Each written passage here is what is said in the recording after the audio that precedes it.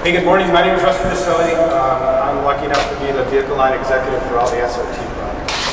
And I'm here today to talk a little bit about the Hellcat version of the lineup, some of the unique challenges we had developing the car, and some of the unique bits and pieces on the car. One of the things that was a real challenge on this car was, quite honestly, managing air.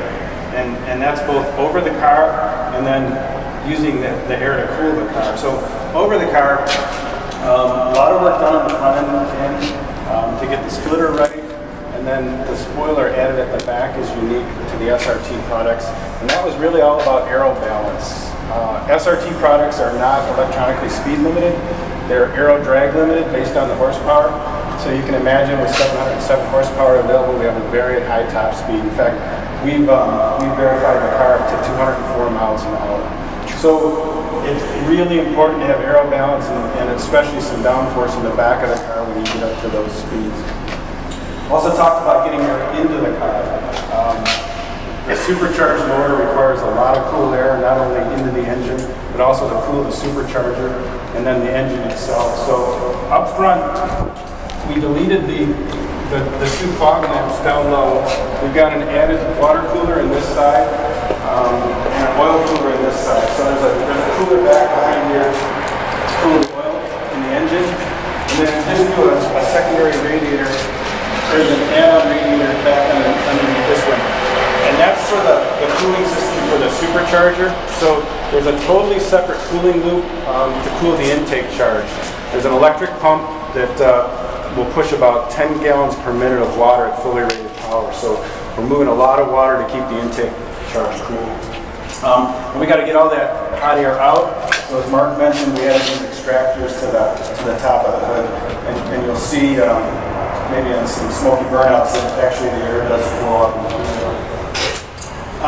The other thing we had to feed the car was fuel. We found in initial development of the car that we needed to upgrade the fuel system. So we've upgraded the fuel pump. It's adjustable for not only pressure but also for flow.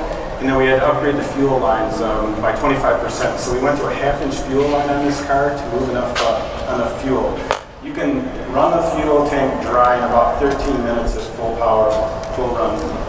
So we're moving a lot of air and a lot of fuel. Additionally, some changes we made. Up front, we've got 20 by 9.5 inch wide wheels, a forged aluminum wheel, Pirelli P0s. We have a 3 and a 4 season tire available. A new brake system on the car. We've got a 15.4 inch front rotor. It's a two-piece design. Center hub is aluminum to save a little bit of weight. It's a floating rotor, and then a 6-piston caliper on the front and a 4-piston caliper on the back. What's the size of the brake? What size of the rotor on the rear? I'll look it up for you. It's in the box, or it's in the package. Oh, that's fine. That's okay. Additionally, I lost my train of thought. I'm sorry. So the other thing I wanted to talk to you about was the sound of the car. Very important to us, and I'm very proud of what the team has done. We have a true dual exhaust through the front to rear. It's 2 3/4 inch pipes. With resonators in the front and the rear. And something new for us is an electronically controlled valve that adjusts the flow inside the exhaust system. So it's not an on and off switch, it actually has a variable spot, or a variable motor on it, and we can actually tune the way the car sounds. So our goal there was to get great sound at startup and idle, and then when you're cruising along on the freeway and you get a chance to try this, it not be droning, be comfortable to drive. And then that gives us also the ability in some of the other modes to really open the exhaust system up. So in track mode, for instance, the valves are open all the time, and you'll hear some of that out there. So one of the things I want to touch on, drive modes. Play with that today, either on your ride out or out on the track. It allows you to adjust how much traction control you have dialed into the car, how much you do with the suspension. We've got Bilstein adaptive shocks on this car, so you can play with how much shock control you have. And then you can also adjust the speed that the car shifts at.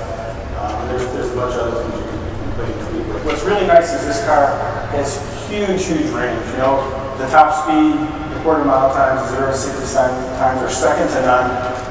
Yet you can dial all that back and just cruise along like a daily driver.